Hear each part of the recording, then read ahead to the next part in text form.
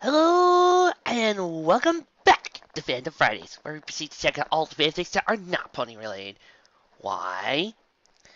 Well, sometimes after sitting through a fanfic that has made me question a lot of continuity errors, sometimes I need something to keep me on the straight and narrow. Have I mentioned I loved RWBY yet? Yes! Like, okay, yes. It's gotten to the point now where we've got a new person in the studio keeping an eye on finances. Hello, Miss Nee. Hello there. And what better way to celebrate the fact that I had a first poll recently? It was who was the better big sister, Yang or Elsa? Yang won unanimously. So here's a cool little RWBY fic. Enjoy.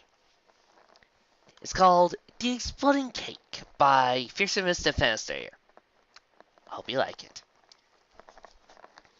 The Exploding Cake by Fearsomest Defenstrator. Chapter 1, only chapter. Sunshine poured in through Team Ruby's store window.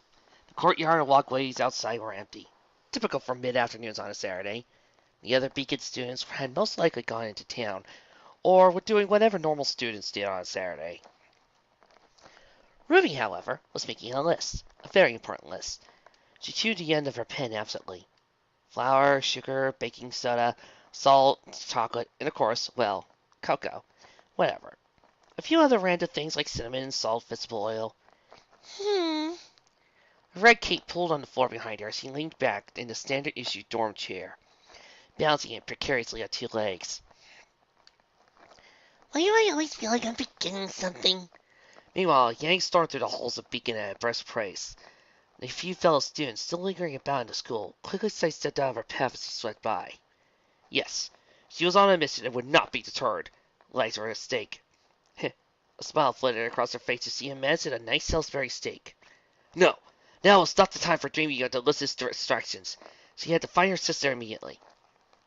Searching the library proved fruitless. All she found was there a sleepy Blake, who had most definitely not been sleeping on a chair nestled in the farthest corner. Checking the training grounds proved slightly less fruitless, though. Why suggested to check their dorm room, marked their current destination. Had Ruby actually spent the entire morning inside? With the door to their room in sight, Yang tipped forward into a full run and burst through the door with the force of 1,000 punches. Ruby! What are you doing right now? Ah! Startled, Ruby crashed backwards onto the hard floor in the heat. Nothing! She snatched her lips, crumbling and jerking her cloak free of the chair. In her other hand, she scrambled upright. I'm doing absolutely 100% nothing, and why are you shouting? Yang stepped purposely into the room, placed her hands firmly on Ruby's shoulders. She broke into a wide grin and winked. It seemed the best way to indicate the dire nature of the situation, of course. She glanced briefly at the crumpled paper in her little sister's hand. Aw, how cute. Ruby still thought she could hide things from her big sis. But she would save the tickle interrogation for later. There were more pressing matters at hand. Her overtly serious expression returned full force as he stared Ruby directly in the eyes. Nothing is good. 100% nothing is even better, because... Yang's eyes quickly shifted left and right, as if surveying for possible eavesdroppers. I desperately need your help. I need to... bake a cake. Ruby blinked her silver eyes. What? She was pretty sure she had 2 days before Yang's birthday. Did her sister want to bake herself a cake? That was going to throw a serious wrench into her single-handedly bake her sister a cake for her birthday plan. Then again, Ruby couldn't recall Yang ever desperately needing her help for anything that wasn't a practical joke. Yang was an expert baker. At least her cookies were amazing. So, what's the idea about cake? She crumpled her grocery list a little more. Darting glanced at the paper-strewn desk she was dashed it. Oh well. This is no ordinary cake. See, I had a stroke of brilliance this morning. Yang pulled Ruby into a one-armed conspiratorial side hug. Her eyes sparkled with excitement. Just imagine, you are sitting down to eat a delicious cake, you light the candles, and then suddenly, boom! It explodes. She threw both arms up into the air for emphasis.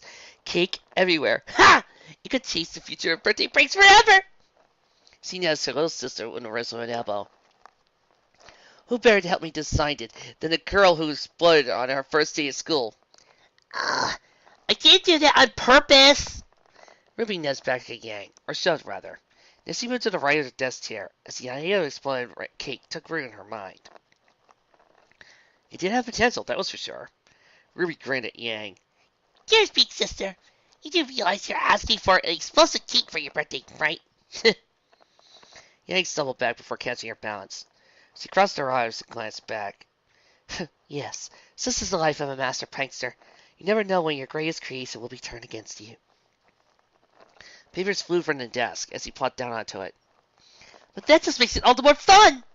She leaned forward. If you help me design this masterpiece, I'll let you pick our first target. I don't know. I mean, exploding cake sounds fun and all, but I feel bad giving someone a dessert that blows up in their face. Unless that someone was Yang. Because, you know, sisters. Ruby rubbed the back of her neck. Seriously, it had been hard enough making friends as it was. Being 2 years younger than everyone else, and partnered with the rather icy heiress, Ruby scooted the chair around, straddling and resting her chin on her arms. Maybe we could bake a backup cake for our after the prank? You know, to kind of smooth things over a bit. You might be too sweet to be a proper prankster. A slight smirk worked her way across Yang's features. But you know I'll never say no to more cake. She stood suddenly, golden hair swiftly as she paced back and forth. Now, choosing the first target is important. Remind fitted from friend to friend, measuring the personalities. Yang would be too easy. Not sure about Ren. He's so quiet. Nora's a little strange. Knowing Nora, she'd probably eat the cake before it exploded. No idea how she'd react. Pyrrha might take it well. Blake could also work, but you know... Yang paused her pacing. She flashed her teeth in a devil's grin. For a pranky breakthrough at this high caliber, we just need a high caliber target, if you know what I mean. Feeling, Ruby already had a recipe for cake on mind. A few adjustments, maybe a secret compartment in the center for a carefully measured trace of dust, or gunpowder, whatever was on hand. She was in the process of smoothing out her grocery list on the desk, she could sketch out a diagram when Yang showed her teeth at a grand net met. If he had been at home, she probably would have been grounded for weeks in the somewhat near future. As the blonde brawler listed off her friends, except for one. Please tell me you're not thinking of Weiss. She would kill me. She would kill you. Ruby turned to Yang, beseeching. I would be both dead and sisterless. Yang lovingly rolled her eyes. I don't know whether to be flattered that you care for my well-being, or insulted that you assume Weiss could kick my butt. She waved her hand. Anyway, you worry too much, sis. We will of course be pranking in stealth mode. Ninja style. She struck what she assumed to be a very convincing ninja pose. She'll never know it was us. Her pose faltered when a sudden flash of inspiration struck her like a thunderbolt. Yang's gears began to spinning wildly. We could even frame someone else's prankster, and offer to help Weiss ninjas prank them as payback. Then frame someone else for that prank and, oh, Ruby. Joy spurred in Nemesis' eyes. I could stupidity. A series of infinite pranks. Ying. Ruby got the sick feeling as he was witnessing the birth of a monster. Rebirth, anyway. She waved her hand in front of her sister's eyes to break her reverie. Last time you set up a prank war, Single's art wing ended up smelling like rotten eggs for a month. That was gross. But she realized too late. No one had found out who was behind it. A huge success for the blonde prankster. And this was really bound to happen sooner or later. As he tried to pull rank as team leader to stop her sister now, Yang would only try again sometime in the future. Probably without asking her to join in. Well, the more she thought about it, the more she really wanted to see how Weiss and the others would react to being pranked. It would be fun, so long as things didn't get out of hand. Ruby shifted uncomfortably, not entirely sure she should be able to keep that from happening. I mean, I guess we kept things under control. A couple pranks couldn't hurt. Reverie broken, Yang's face shifted instantly from blinding tear upon hearing her sister's acceptance. Yes! I knew I could count on you. Lynn's paper and furs flew everywhere as he snatched Ruby from her chair into a spinning bear hug. This is truly the best early birthday present ever! Ruby flailing her arms and scorned to get free. Okay. She cleared her throat, straightening her cloak. Exploring cake shouldn't be too hard, right? And I think the others are all busy this afternoon, so we got plenty of time to make a prototype at least. Not that she made the decision to throw in her lot. She was starting to get a little excited. It showed on her face as she dug around scattered papers for a list. This would be so top making her sister regular old cake for her birthday. They pulled a prank, maybe instigate one or two more, and that would be it. No harm done. Right? Ruby banished the niggling doubt to the back of her mind and started brainstorming favors and frosting types of Yang. Later, that afternoon. That dots! Feisty grumbled as she picked up and sorted her notes and homework, which had somehow been strewn all over the dorm room. How on remnant had she gotten herself partnered with a human tornado? Granted, she hadn't seen Ruby do this, but there wasn't any doubt in her mind of who was to blame. Ugh! Dearest picked dust out of her snowy white hair, and grabbed her half crawling under her bed to retrieve what she thought was the remainder of her history notes. But she was still missing pages. Cordelia slipped down behind Blake's bookshelf. She shoved that effectually. By dust, do we mean dust, the little particles that fly over everywhere, or the dust as in what Weiss manufactures? Great, that's great. Did a quiz next class, and instead of studying, I'll be a fancy further. Or trying to. Weiss gripped the corner of the waist-high bookcase as her fingertips jerked high to get away from the wall. She really should have brought more canister back to the room, and slid her blade within a narrow grab and coaxed out any hidden objects. A somewhat undignified use for her weapon, but certainly preferred overhauling a bookcase like a lightweight idiot. Fortunately, no one seemed to be around at the moment, or she would really give them a piece of her mind. Slowly down the hall around the corner, tiny crackles of static emanated from a maintenance closet.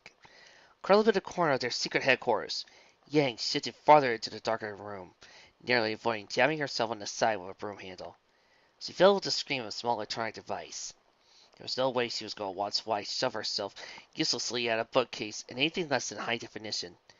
The tiny camera her sister had placed in the door's air vent earlier that day offered a near-perfect view of the whole floor space.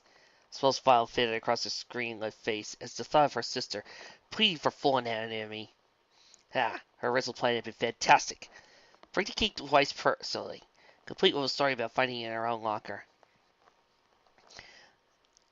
I think it's a birthday present, she would have said. I'll share it with you, Weiss. Then light the candle. Brace for impact. It was a time-tested semester target. Prank yourself to remove suspicion. Never fails. Ruby, however, had other ideas. It confused her to execute the prank under complete and utter anonymity. This posed problems. Problem 1. How would they even see the prank happen? Ruby's solution? Borrow a miniature surveillance camera set from Reagan's reconnaissance building. Problem 2. How would they get her to light the candle? Ruby's solution? Place the cake in a box and engineer a candle with a motion sensor that will light itself upon the lid being open. See if it defies the cake icing that wouldn't stay clothing. It was like pranking in hard mode, and Yang loved every moment of it. She had worked this hard for a prank since her heyday in Signal. Footsteps down the hall caught her ear. She glanced at the cracked light in the door. Ruby must be back for setting the trap. Her heart swelled with pride. That girl is definitely the fastest person in the school, if not the world. Her eyes turned to the screen in front of her, only to see the door to their door swing open, revealing a familiar black bow. Blake strolled down the halls of Beacon at a leisurely pace, heading for the dorms. Yang's eruption earlier that day had ruined her secret catnap, and her mood for a little while. So, she spent the rest of the afternoon browsing the library for a book with some convenient value. Inspecting the back cover of her newest acquisition, she barely missed the swish of red and black cape surrounding the corner as she arrived at her shared dorm room. Fortunately, she didn't miss the plain white box sitting in front of the door. Well, now that was strange. She picked it up, handling it with care as she inspected the mysterious white box from all sides. A note stuck to the side read only, "To Weiss, asleep for a sweetheart." Well, now that was even stranger. Sounds of grumbling and complaining from the other side of the door alerted her to someone's presence in the room. Blake cradled the box and her book in one hand and pushed the door open. She stared at her strange sight. Weiss, what are you doing in my bookcase? Weiss stepped upright, away from the stomach of shelves. Flicker more of a keys in her face, morphing into a scowl. What does it look like I'm doing? Making a tea? She stalled. Help me move it away from the wall. Ruby raced back down the hall. Nurse frail and beyond all reason. She just barely got it out before Blake had seen her. This was really a whole pranking thing was seeming like a worse and worse idea as he went along. Borrowing the camera had been a stroke of genius, but it probably didn't have long before someone realized it was missing. And now, oh shoot. She pulled up short as she turned the corner down the hall to a maintenance closet. Was that Professor Osmond? Ruby dashed back around the corner to watch as he paused outside the closet door. Hm! Professor Osmond folded his scroll. It had been a relaxing evening so far. There were no major crises in the past few days, only minimal anxieties sustained during the afternoon classes.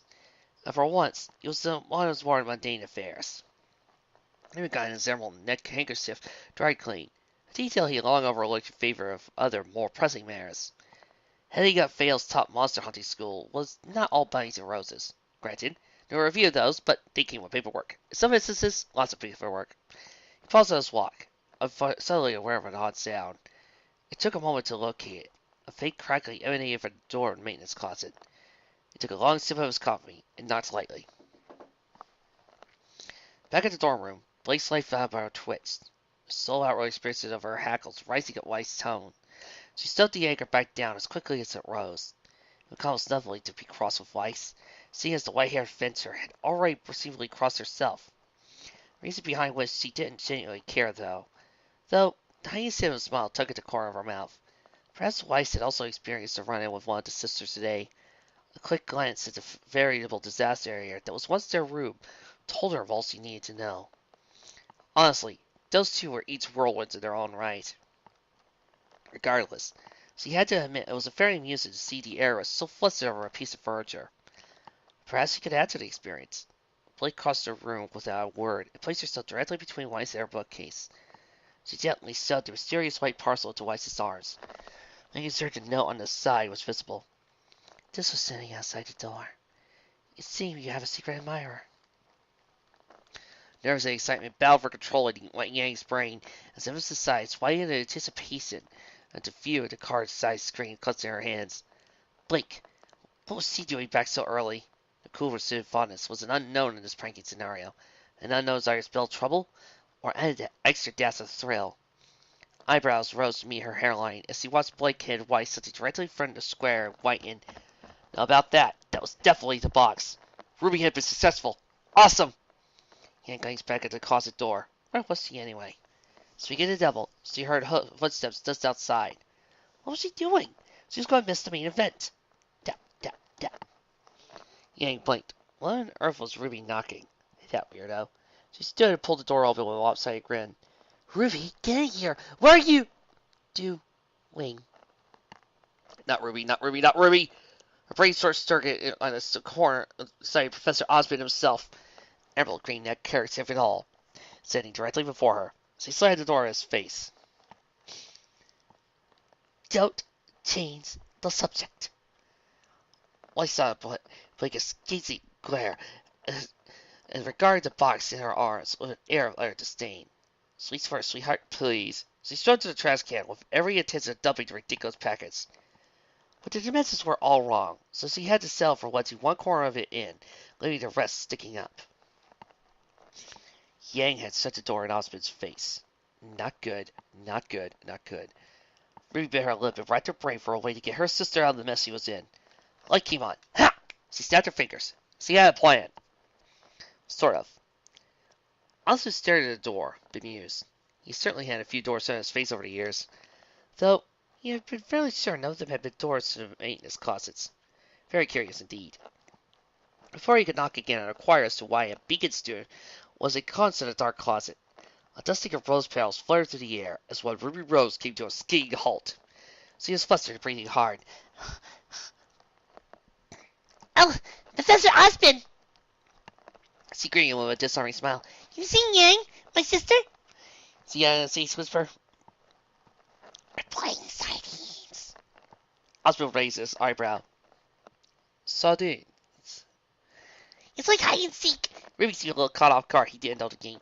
That would be a good way to practice our tracking. In case there were any error agreements at school, and we have to find them. Well, that was one of the more original cover stories he had heard today. Static crackled in the moment of silence that followed. Taking a soft recovery. And pray tell, what would the Grim be doing with an electronic surveillance equipment? He must have faltered a moment, attempting to decide how hard he should be on the young girl. A quiet sigh escaped Blake's lips. That was just about the reaction he had expected from the icy heiress. She almost felt bad for the mysterious would-be admirer. Fine then.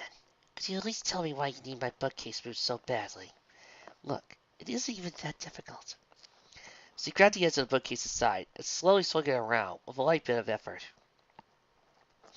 You just move one side at a time, like this. Oh, wow. Papers, pencils, and a mirror and small items littered the floor where her bookcase once stood. Most of them seemed fairly new, and they had probably been not there behind recently. But a particularly grimy old dusty old comb covered in long yellow hairs made her grimace. How long had that been there? She picked up the effeminate item off the floor with bare minimum of 2 fingers. This was definitely beyond her redemption. Blake tossed it over while she sat in a trash can, only for it to bounce off the discarded mystery box, knocking the white lid askew before clattering to the floor. Another sigh. You could have at least broken the box down before taking up all the space in the... She paused, sniffed the air once. Do you smell something burning? Yang stood frozen with her hand resting on the door handle. It was still stinking in that she had slammed the door in front of her headmaster's face. More footsteps approached, as he heard Ruby's voice, saying something about sardines. Oh man, she had to get out there and do something. There's one thing her sister was terrible at, it was fibbing. She had no idea how strict or lenient Osmond would be when it came to rule breakers, be it 1 hour detention or months scrubbing the bathrooms with a toothbrush. She could not let her little sister take the fall for this. The surveillance screen in her hands crackled so loudly she nearly dropped it. She looked to glare at the screen. Wait, what's that? Did Blake? Oh jeez, she only had seconds. She had to do what she did best. Wing it! She threw the door back open and started speaking a mile a minute. Ruby! There you are! See, I have a confession to make. See, I was used to playing sardines with me as a cover story. What I really wanted to show you was this! She quickly shoved the screen into her little sister's hands before immediately turning to face Osmond. Professor, I've been developing a new weapon to use against the Grim, but I wanted to test it out on my teammates before presenting my findings, so I went behind my team leader's back and borrowed his surveillance camera to record the results. She bowed. I apologize. If she was lucky, maybe he would let her off with a warning. A thundering explosion shook the very foundations of the dorm. Yang was pretty sure as he saw their door go flying past the end of the hall. He might have used too much dust. Well, maybe she would get off with just being banned from the planet. 2 days after the explosion. Happy birthday, Ying! Ruby groaned from her persistent face down on the mattress on the floor. Unfortunately, their bed frames had been compromised in the explosion. As in, destroyed. Osmond was psychic. It was the only explanation for us able to figure out what exactly happened so quickly. That, as he was a terrible liar. Oh well. He seemed to be able to let them off with a smile and a wink when Professor Goodwin showed up. Ruby grimaced at the memory.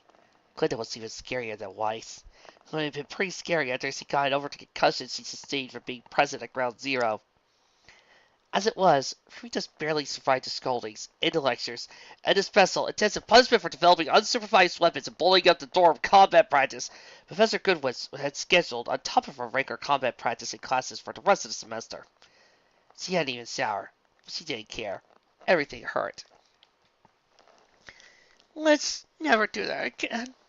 Never again. Sounds good. King Yang's muffled reply. Dressed in the finest business suit she had ever been loaned, she too found herself face down in her sleeping bag on the floor. Hesitations. Ugh! How had he known her weakness? Lectures? 1 year out the labor. Other. Physical labor? That was her favorite. But when Osmond had approached her with a pressed suit and a twinkle in her eye, she knew she was done for. Apparently, he had been so impressed with her new weapon that he wanted her to present her research and findings to the school board so it could be added permanently to Beacon's armory. Not even Weiss's murderous glare from across the infirmary could come close to the horror of formal business presentations. Her thoughts shifted as she remembered her visit to the infirmary. She had gone to visit Blake to make amends. Deep down she knew however livid Weiss seemed, She would eventually get over being pranked, but Blake was still a somewhat mystery to her. For the sake of the team, and because they were bunkmates, she wanted to make sure there was no bad blood between them. The conversation replayed herself in her head. Hey, Blake, so, how was that like a cousin treating you? Sorry you got caught in the crossfire.